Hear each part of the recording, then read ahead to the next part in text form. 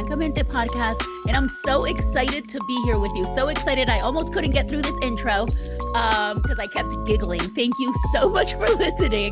And without further ado, let's bias your football content.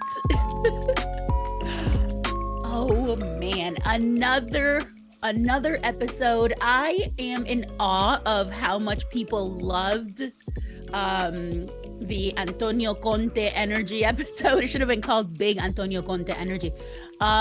Keeping in with the Italian X theme, I had to bust out this incredibly beautiful hand embroidered Italia kit. I mean, the Italian X in me is just screaming, so happy. I have to just say this off the bat, we're gonna stick with the coaching theme, we're gonna stick with the manager theme, and Bielsa to Uruguay is the big thing. Bielsa to Uruguay, if you thought I was insufferable before about Bielsa, Uruguay, or both, or Rio Platense supremacy, you ain't seen nothing yet. I am so excited. We're going to talk about that. We're going to talk about how, in keeping with the Antonio Conte, giving zero fucks theme, there was another incredible moment that happened actually in Bundesliga, which was so bias your football content. It's starting to become a thing that people are sending me. It's starting to become a thing. People are sending me content that fits the bias your football content theme, and that's how that's how it's growing. People are listening new. I have old friends who are listening for the first time, and from scratch, and sending me feedback. It feels so good to do something that's truly your passion. Give zero fucks, just like Antonio Conte, right? We need a sound clip like Antonio Conte Energy, Big Antonio Conte Energy. But it's so cool to just do what the fuck you want on a podcast.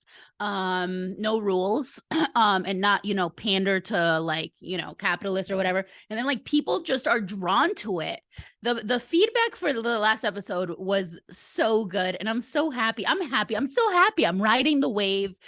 Things are really, really good. And I'm excited. I'm excited to be here. So another episode that is going to talk about managers biasing their football content. And I'm going to start with, because this one was sent by a listener. Thank you so much. And it's probably one of my favorite things that has happened in football recently. I don't remember, aside from my idols, right? Aside from Bielsa, who lives this, Bielsa is the definition of bias your football content, right?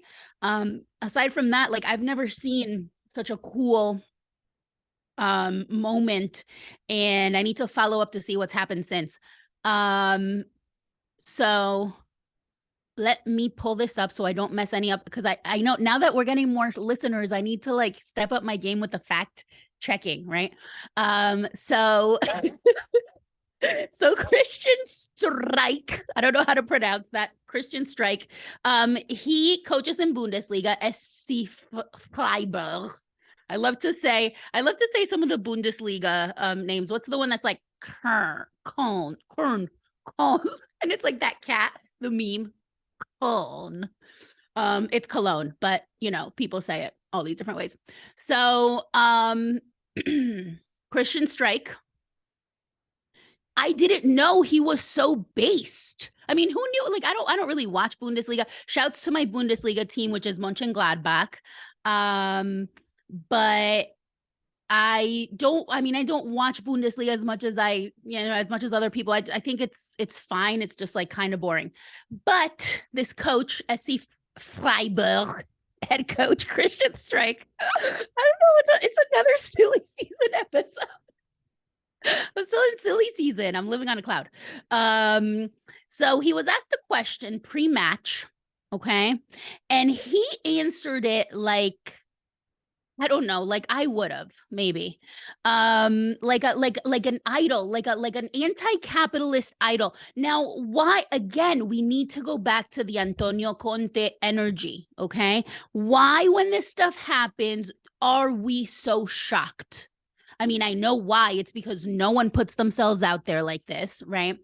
But it should not be this rare that people can just like openly speak about these, you know, these serious issues. And so what he was asked was basically about the coaching situation, because as we know, the big sacking TM that's happening, it's happening in Premier League, it's happening everywhere in the world. Like Bundesliga has had also a bunch of managers like lose their jobs mid-season, you know, people switching around.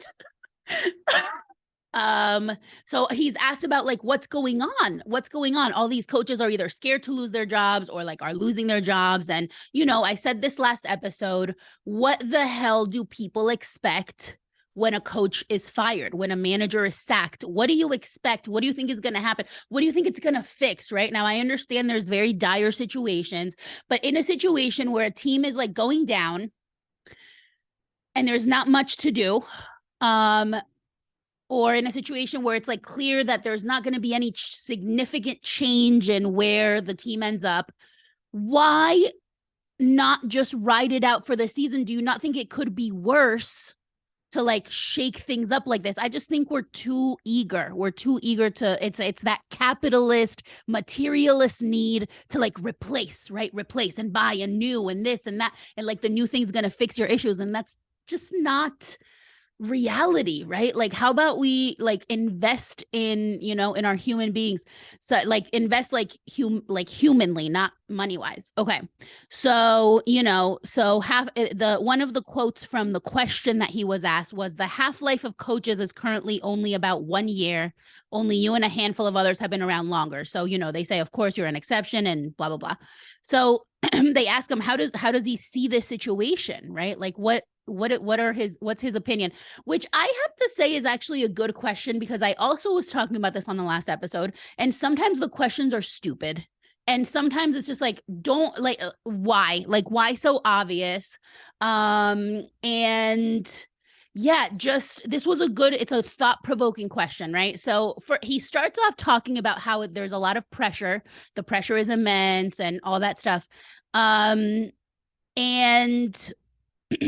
then he starts to get in his anti-capitalist bag pretty early. He says, at one point, he says, everything is individualized. Everything's individualized. He's speaking in metaphor. Like at this point, he starts to kind of say, okay, he's talking about football, but he's obviously going to this like political place really soon, and he's warning us, right? He's like, everything's individualized. There are hardly any chains of connections in many areas of life, right? By chains of connections, I mean, in the past, hotels were often family run. People you knew worked there. From the village, from the city, you knew them. There were connections. And I could picture, okay, exactly what he means, because it's not even about this, like, you know, like, what's the word? Like yearning for the past. Like, it's not about that. It's the literal humanity. And I always struggle with how to say this in English, like, because like that like just like the human connection piece that's often missing. And that is the fact that it's missing is rooted in capitalism, because capitalism thrives on toxic individualism. The less I know you, the better off we are. People will live somewhere for 20 years and never know their neighbors. And that's why we're so obsessed with guns. Am I going off on a rant? Absolutely. Why is the US so fucking individualist? Because that's what capitalism does. It brainwashes us all into thinking that the other is the enemy, right? And then we have to bring guns to the supermarket. Which is exactly what's at the root of every other single issue. Every single issue that we have, racism, sexism, rape culture, homophobia, transphobia, injustice, all of it is literally toxic individualism, which is what capitalism pushes. That's exactly what Christian Strike is talking about here. He's not doing this like, oh my God, like back in my day, everything was so wholesome. No, everything wasn't wholesome. Okay, because it doesn't mean that things, you know, weren't bad and that the other things didn't exist. But he's exactly talking about us losing these connections. So this goes way beyond football. He's already starting to bias his football content so early on, right? So early on, then he talks about class in this answer. He talks about class. He's like, we always talk about the middle class, right? Small and medium-sized companies are having an incredibly hard time, but it's that middle class that has brought us this incredible prosperity and wealth, and not the big corporations. They are the ones who ruin it. I swear. This question was asked, and he pulled a total Real Francamente move. Like he went full off the rails, like on a rant, right? Like the corporations are ruining it. They destroy prosperity. They become independent. And then he connects it to football, right? He's like, and in football, you can see that directly, so to speak. And it's true. Football is a microcosm of society. Okay. And I've said this since episode 1 and since day 1 of my life. Okay. Modern football and capitalism, FIFA and capitalism have ruined modern football in many, many ways. Now, there is the component that it's like, okay, we're all still here watching, right? Like it's what we have, but we can absolutely have these critiques. What I love about when this happens in such like a public way is that maybe it will inspire people to stop masking, right? To stop bootlicking, to stop like just being so obsessed with the status quo and neutrality and like, you know, politeness. If I could abolish, I would abolish many things. I would abolish the police. I would abolish capitalism. But one thing that I think serves capitalism and imperialism, and I don't think we talk enough about, is politeness. What is that? What is this expectation that we all have to be like nice to each other? Like nice and kind are two different things, right? When I do my DEI consulting, I talk a lot about radical kindness, which is not superficial niceties. And I think there's a difference. And so we've got to this place where something like this seems to us so like, oh my God, he's like off the rails, but he's 100% correct. He's 100% correct. He says, he's like, this is a problem for society as a whole. The connection he's making with football and society, like, I want to frame this. I want to frame this. And he says then at one point that he's not directly affected by this. He's not trying to speak for all coaches, which I think is really great because it shows us that the importance of those connections. You're speaking up because this is an issue that you see whether it affects you or not. That is how we should all approach any sort of social justice question, right? Like it doesn't matter if it affects you personally. You should care because it affects your fellow human being. This is literally what he's talking about right here, right? And so he says at one point, football has always been an expression of society as a whole. And how beautiful. He has to be a reader of Galeano. By the way, we're recording this on the anniversary of Eduardo Galeano's death. And he is one of my idols and one of the greatest like intellectuals in the history of the world. And he wrote the best football book of all time, right? Soccer and Sun and Shadow. And Strike has to have read this book. A lot of what he's saying aligns so perfectly with Galeano's philosophies, right? And he even goes on to then say, right? So he talks about social media. He's like, people lose their minds. People like spread everything. It's madness. Everything's, because connections are missing. He's so right. In this one answer, he touches upon everything. He touches upon internet trolls. Why do we have internet trolls? Because people don't realize that they're interacting with another human. He literally says that, like very briefly when he mentions social media, but he says, he's like, this wouldn't have happened in the past. Then he clarifies that it's not that people were better before, and he knows, right, as a German more than anyone, it's not that anyone was better, but there is a different connection, like a missing connection that he sees, that because we should, like the bar is so low that we should be better off than we were 8 years ago, right? Like that's how low the bar is. But because we've gotten so, like progressively, like in terms of technology and everything good, but then like people continue to like use it for, to like further capitalism. So that part's bad. So he talks about you know, mega corporations not paying taxes, which some might be like, what does that have to do with football? Well, obviously it has everything to do with football, right? We've got mega corporations that sponsors, we've got FIFA as a nonprofit organization. Okay. Like totally like ridiculous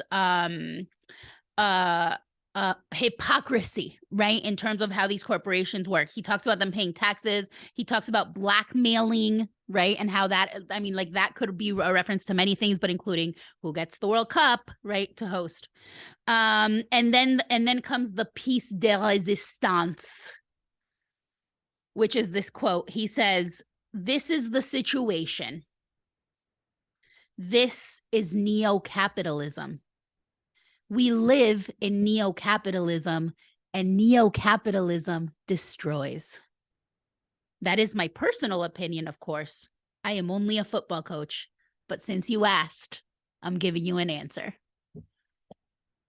Yo, call me. How do you say call me in German? I don't know. German's not one of the languages I speak. Call me. We need to talk. Come on my podcast, okay? I am just imagine, like, what a mic drop moment. Also, you can sense I'm like analyzing this like literature, right? You can sense a little bit of like a sarcasm, which I just love. I identify with so hard. Like, what do I know? I'm just a coach. You asked me a question. That's such Franca energy. Like, I'm gonna take that to the next time. I had a little like presentation, and I got heckled by a fascist wannabe satirist, because like fascists can't humor. But like he tried to like, you know, throw me off my game at this thing, whatever. I shut it down. It was a mic drop moment, right? I'm adding this to the repertoire for whenever I get heckled like that. The thing is, fascists also don't really understand satire. So like I could do that. They really wouldn't get it. But I just loved it. I loved it. I love the energy. I love the ending. There is something in the air. There's something in the air, because Big Antonio Conte Energy, and now this, it's not a coincidence. It's not a coincidence. It's just too good. So much biasing of our football content. It gives us hope, because it's a reminder that yes, everything sucks. And sometimes one of the hardest things is to is to keep going, because, or like the system does this on purpose, right? It's by design to like, it keeps us feeling hopeless so that we don't do anything to change it, because we're like, well, what can I do anyway? It's just how it is. But seeing moments like this and happen so like more and more often, I think is I think a tide is turning. I think a tide is turning. And I think the fact that like this is a mainstream guy, this is a mainstream thing. It was, you know, it was a press conference, and he went in, like, it might be worth looking into, you know, what the, you know, what comes of this. All of this is in the vein of Bielsa, right? And so like one of the things that that I'm going to recommend, if you haven't, is check out my piece on Bielsa on the Real Francamente website. We'll post it in the show notes. It's called No Bielsa, No Party. And in that piece, and we'll talk about it a little bit in a bit once we have a break here, but the reason why myself and my family are all obsessed with Bielsa so much has nothing to do, well, for some of us, I mean, he's good. He's a genius. His coaching tree is massive. So I was going to say it has nothing to do with his skill. It does obviously have to do with his skill as a manager. But for me, it's way more about him as a person. And with that, we'll go to break, and we'll come back, and we'll talk about Bielsa to Uruguay Baybay.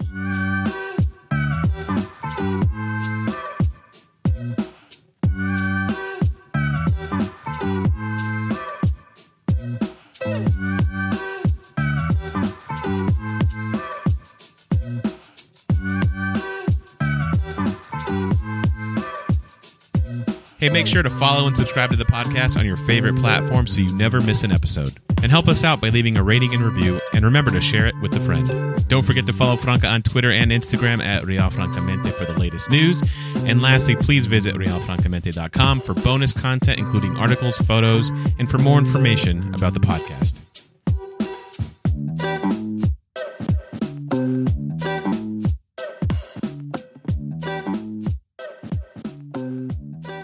Bielsa to Uruguay, baby. Bielsa to Uruguay. In my wildest dreams, okay, if you had asked, and in fact, I think I probably did say this would have been my choice. Actually, you know what, Aaron, if you're listening, shoot me a message and remind me if we talked about this when El Maestro Tavares first, was so unfairly shooed away. I have feelings on that too, and maybe I'll talk about it. If you had asked me to pick in the world who my ideal replacement would be, it was Bielsa. There was no doubt about it. First of all, his style is like perfect for Uruguay. He loves Uruguay as a country, obviously, because his ideals align. And he's Argentinian. And we've got, these questions of Rio de la Plata, Rio Platense, supremacy, all that stuff. But he loves Uruguay so much. He's a humble man. If you had asked me who I would want, I couldn't have dreamed of a better answer. I couldn't have dreamed of a better answer than Bielsa to Uruguay. So we had all this back. I just wish they hadn't wasted their time, to be honest, because we might have had a different World Cup if they had just gone right for him. We had this like little period of like weirdness with this freaking guy that was a waste. It was a waste. It was a waste of a World Cup. It was a waste of everything. And now there were rumors, and I don't like to get my hopes up because, I've been disappointed so much in my life that I'm like, you know what, rumors, I'm not like, until I see, like, if it's a rumor of a player, I've always said this, until I see the man in a kit practicing his dribbles in a photo shoot, it's not, I don't care. I don't care who says it. I don't care if it's Fabrizio Romano. Like, I do not care. I don't believe it. So when the rumors started to swirl about Bielsa, all of us were like, yeah, right. I think it was partially because we didn't want to get our hopes up. But this week, it became real. Last week, it became official that Bielsa is now the coach of Uruguay. If you had told me a year ago this would happen, I would have been like, please don't get my hopes up. I would have been like, please don't jinx it. Okay. And here we are. So I don't know. I'm so excited. The man is amazing. Okay. The man is an amazingly humble human being. Now, United Stations and like, I guess, like Eurocentric folks got to know Bielsa only when he went to Leeds. What he did at Leeds was incredible. He became a cult icon, a cult hero for bringing them back up to Prem, right? For the first time in a long time, in 16 years. And the buzz around Bielsa at Leeds in the Premier League, like those first few years, was just gorgeous. When I wrote this piece, and Musa Okwonga, whom I love, he's literally one of the only massive like football figures who I respect, and has values, read it and complimented it. That's like my proudest moment. An old friend who I used to say that to would say, I would like to remind you that you have a PhD, but sure, this could be a proud moment. And I just thought of that, and it was cute. But yes, I have a PhD, but my proudest moment was Musa Okwonga, like reading my Bielsa piece. It was like the buzz around Bielsa at Leeds and Prem was just it was electric. It was electric. And you know, the hype, everything like that. But Bielsa has been incredible since for like his entire life. For starters, he's an intellectual, humble man. He's a dying breed, right? He's a dying breed. He inspires his players. He inspires his fans. He's simple. He's humble in the best possible way. I wish I had brought it here from my parents, from the business, which is not here. But they have a little statue. I posted it on social, so if you follow me, you've seen it. A little statue of Bielsa sitting on a bucket. And like it's like a little gnome that, you know, that it became lore, like Bielsa lore, sitting on a bucket or sitting on a cooler, right? He's never done the wearing of the suit thing. I want to talk about this. I think it's so pretentious when coaches, when managers, and I want to preface this by saying that one of my daddies, okay, is Simeone. El Cholo Simeone is everything I hate in men. He's toxic. He's fucking foul. He's like, he'll grab his balls. Like, he's a fucking, like, you know, he's machista. But I'm like, I will, so I love him.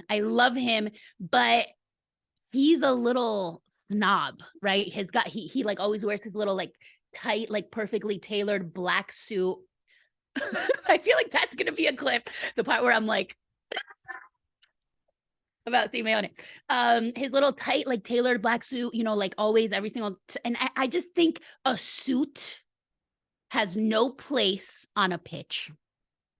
Unpopular opinion, maybe. A suit has no place on a pitch. Why are you trying to make this into like this, like respectability politics and professionalism standards are rooted in white supremacy? You're on a pitch, you're a coach. Back in the World Cup, after Argentina won the World Cup, all sorts of lore started to come out too, and like stories and like beautiful stories about how humble the whole Argentina team was, including their coaches. And their assistant coach someone asked, why do they walk around all day in Argentina wear, like in their little like warm-ups or like whatever? And he said, we get all this for free. All this, you know, we get all this. It's part of our, you know, our package or whatever. They get a bunch of warm-ups, a bunch of like outfits, and it would be a waste to not wear it because people pay a lot of money to buy replicas. So of course we're going to wear it the whole time. Imagine being a world champion team with the best player in the world on your team, and that's how humble you are. Would that ever be some of those other superstars? I don't think so. I don't even have to drop names where they like turn everything into like, oh, who can wear more Gucci and more this and more that. Okay. That was a sidebar. Okay. I can't with a suit on a sideline. I just think it's so I think it's pretentious. It's unnecessary. Sometimes they get so passionate. They get so into it. They need to run like their knees are like all like, you know, they can't run in their little suits. So Bielsa is one of the dying breed that is this humble that like he'll just wear athletic wear. And this might sound silly, but this is really, really telling. There's a few coaches that do this that are in the same vein of philosophy, right? I am an athletic figure. Like I'm a figure in an athletic space. I'm going to wear what they wear. He wears his little Adidas, okay? And he refuses to sit anywhere but on like a bucket or on and it's not what's the word? It's not performative. It's not like for any reason other than like just humility. And like people joke around about like the Bielsa like crouch, you know, like how good are his knees that he can, you know, squat like that. And yeah, and like, but it all is a part of his life philosophy of how humble he is. Now, I've had numerous conversations with friends about who are not even Uruguayan, who support the Uruguayan team. And a big part of the reason is that humility. Like Uruguayans, every massive, you know, figure Uruguayan, like Cavani, Forlan, like they're all extremely normal.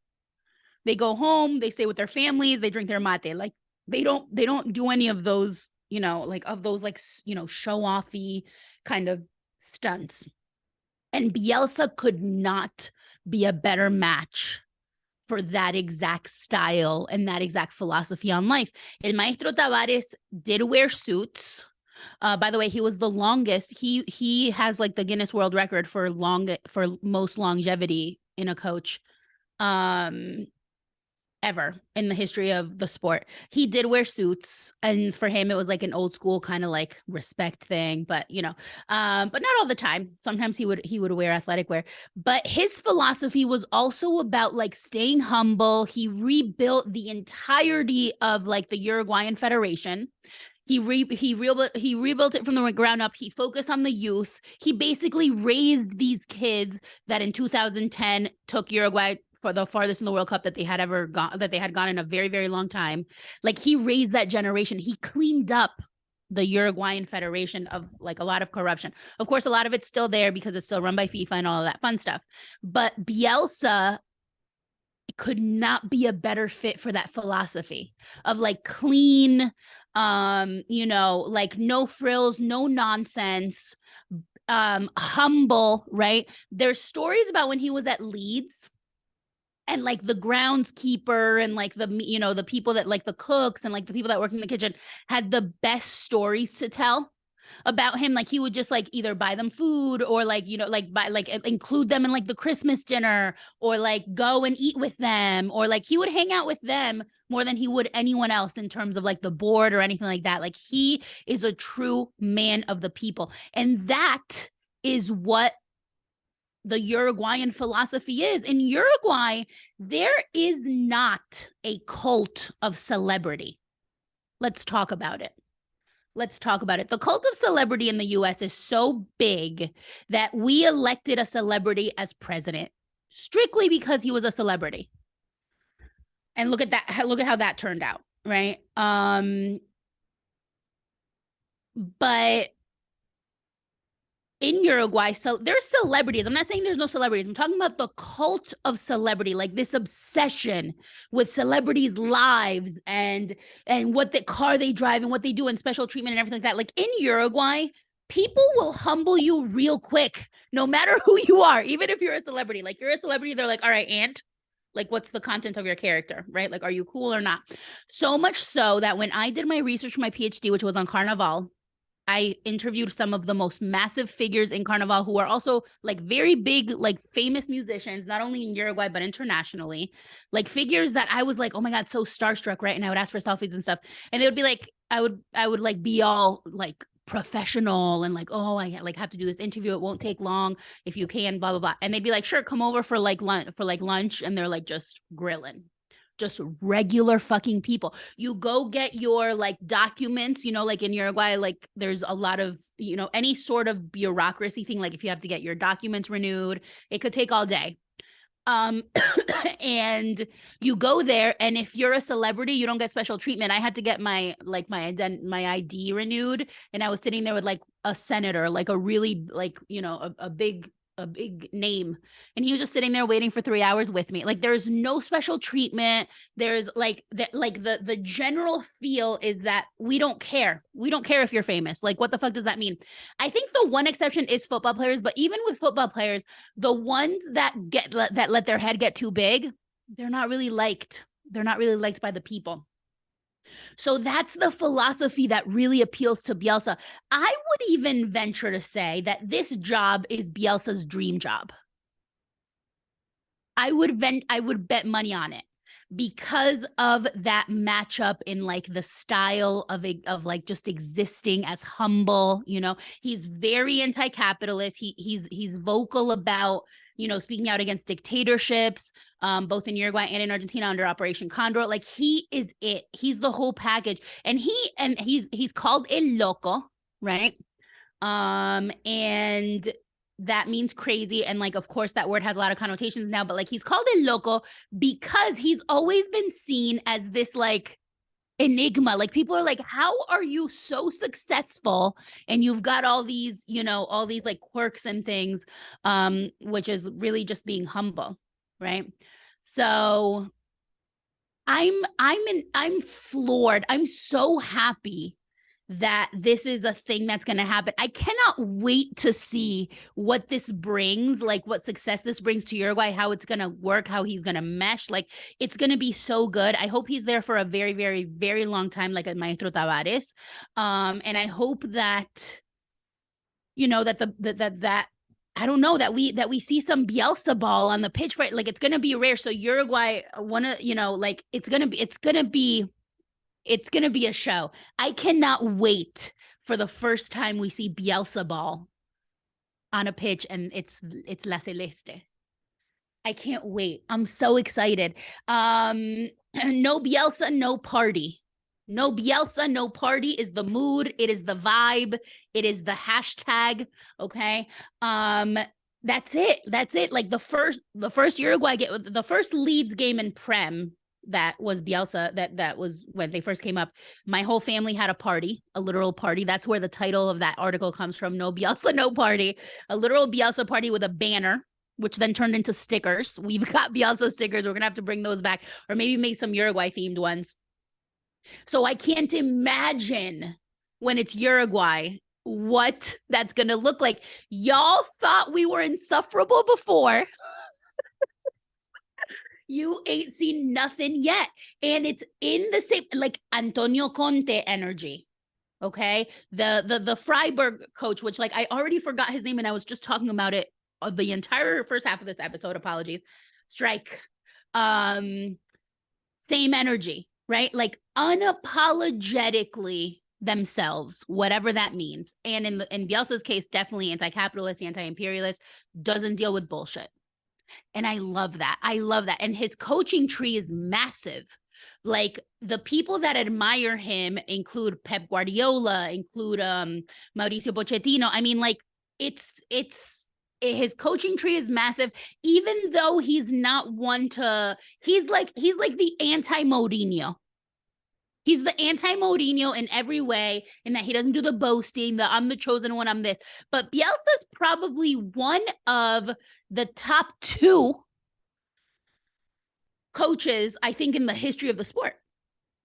And the influence he's had is really incredible. It's really incredible. It's going to be a treat. I cannot wait. It's going to be a treat to see how this all goes. And I'm so excited. I'm so excited to have more coaches, more managers in positions where they're able to say what the fuck they want, when the fuck they want.